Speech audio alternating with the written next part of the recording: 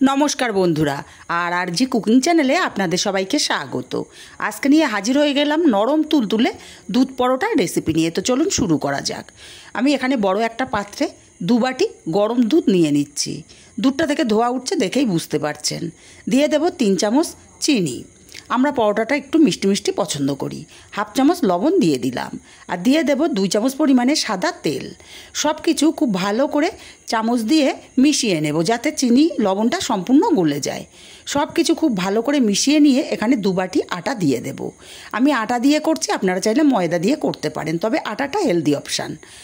এবার চামচের সাহায্যে মিশিয়ে নেব। যেহেতু দুধটা গরম, আমি এখানে আরও হাফ বাটি আটা দিয়ে দেব।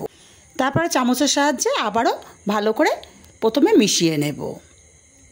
ভালো করে মিশিয়ে নিয়ে তারপরে হাত দিয়ে মেখে নেব। বন্ধুরা, এই পরোটা যদি একবার খান, অন্য পরোটা খাওয়া কিন্তু ভুলে যাবেন। এতটাই টেস্টি হয়, যেমন নরম তেমন টেস্টি। হাত দিয়ে ভালো করে নরম করে একটা ডো রেডি করে নিয়েছি। দেখুন, ডোটা দেখে বুঝতে পারছেন। এই রকম নরম একটা ডো রেডি করে নিয়ে 10 মিনিট ঢাকা দিয়ে রেস্টে রেখে দেব। 10 মিনিট পর ঢাকাটা খুলে নিলাম। 10 মিনিটে ঢাকা দিয়ে রাখার দরুন দেখুন কতটা সফট হয়ে গেছে। আবার একটু ভালো করে মাখিয়ে নিয়ে তারপরে এখান থেকে বড় বড় করে লেচি কেটে নেব। যেভাবে রুটি করি তার চেয়ে একটু বড় লেচি রেডি করে নিয়েছি। এখন একটা চাকি বেলুন নিয়েছি, অল্প করে আটা ছড়িয়ে দিয়ে তারপরে একটা লেচি নিয়ে বেলে নেব। আপনারা চাইলে তেল দিয়েও বেলে নিতে পারেন। আর পরোটাটা বেলতে হবে একটু মোটা করে। আমি একটু ছোট আর মোটা করে পরোটাগুলো বেলে নেব। ঠিক এই রকম মোটা রাখতে হবে পরোটা। আমার একটা পরোটা রেডি হয়ে গেছে, সরাসরি গরম তাওয়ার ওপরে দিয়ে দিলাম। তারপর এক পিঠ ভাজা হলে এক পিঠ উল্টে দেব, আর এই পিঠে তেল দিয়ে তেলটা ব্রাশ করে দেব। তারপরে আবারও অপর পিঠ উল্টে অপর পিঠে অল্প করে তেল দিয়ে তেলটাকে ব্রাশ করে দেব বা হাতার সাহায্যে লাগিয়ে দেব।